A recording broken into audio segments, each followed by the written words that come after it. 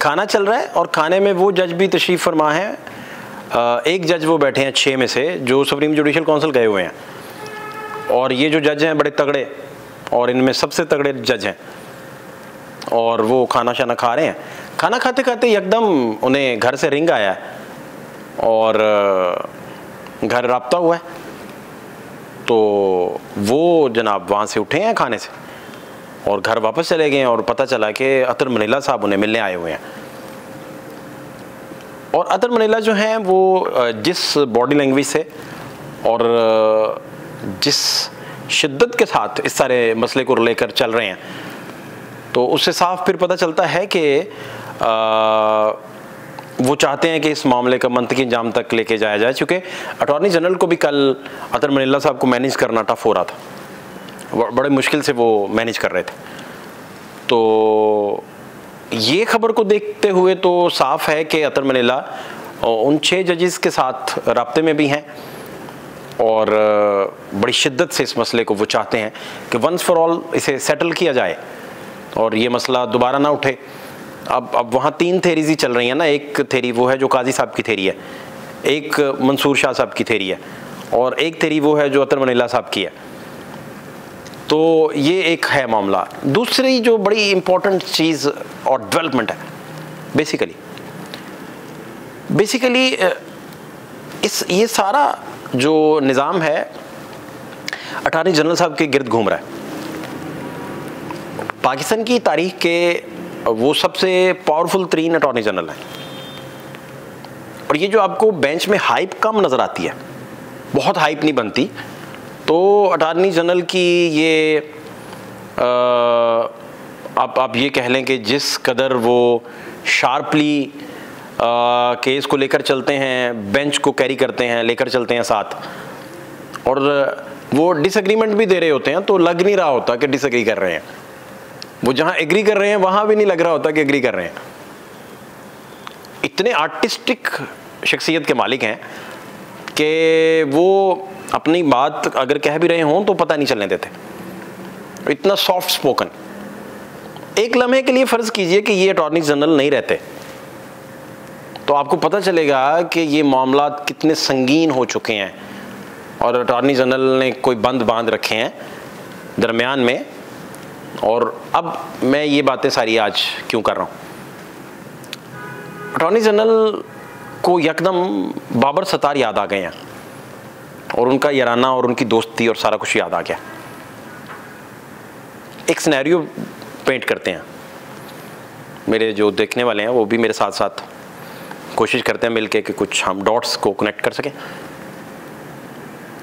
Attorney जो हैं, फ़र्ज़ कीजिए कि उन्हें कहा जाता है कि आप जजेस वाला मसला मैनेज नहीं कर सके। फ़र्ज़ कीजिए उन्हें कहा गया है कि आप जजेस वाला मसला आपसे मिस हैंडल हो गया और इसमें पानी जो है वो रोज़ सैलाबी पानी बढ़ता जा रहा है और वो सैलाबी रेले की सूरत इख्तियार करता जा रहा है।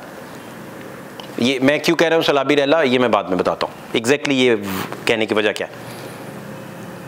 और अटॉर्नी साहब से एक्सपेक्टेशन यही थी उन सारे लोगों की जिनको अटॉर्नी जनरल लेके आए थे, या जिन्होंने अटॉर्नी जनरल को कह रखा है कि आप हमारे ताहयात अटॉर्नी जनरल हैं, वो सारे लोग तो यही सोच रहे हैं ना कि अटॉर्नी जनरल साहब मसला हल नहीं कर सक रहे और प्रॉब्लम जो है वो बढ़ता जा रहा है।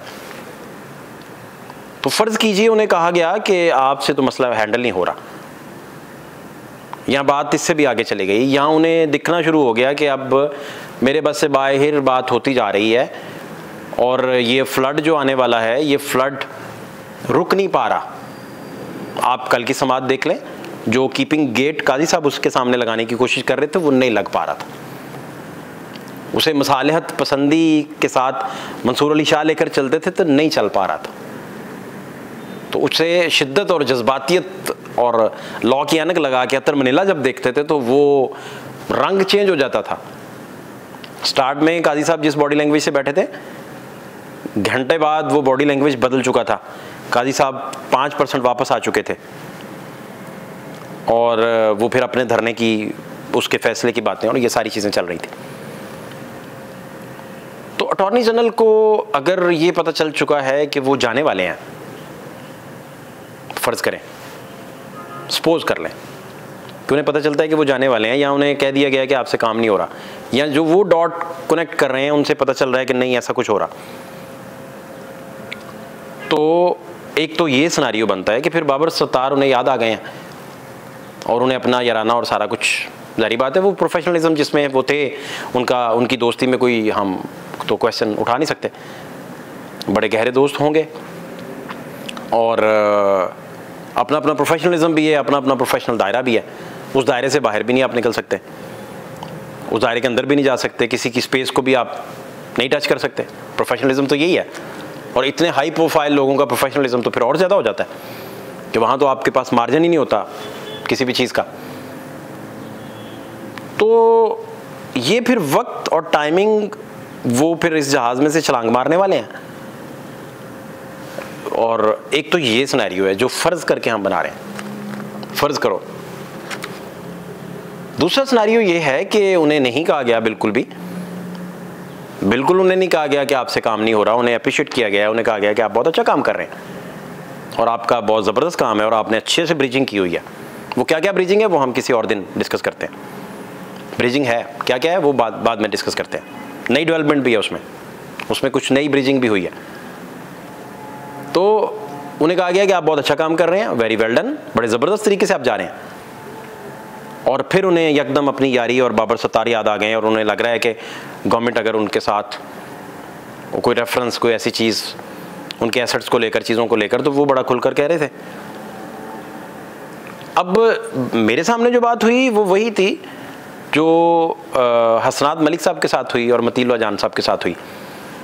अब मैं हसनात मलिक साहब को कॉल किया तो मैंने उनसे पूछा कि टाइम क्या था जब आपसे बात हुई, तो उन्होंने कहा तकरीबन मेरे साथ 10:30 बजे, अर्ली मॉर्निंग मेरे साथ ये बात हो रही थी, 1 बजे, सवा 1 बजे तकरीबन, ये 1:45 होंगे मैक्सिमम, ये ब्रैकेट यही थी वक्त की।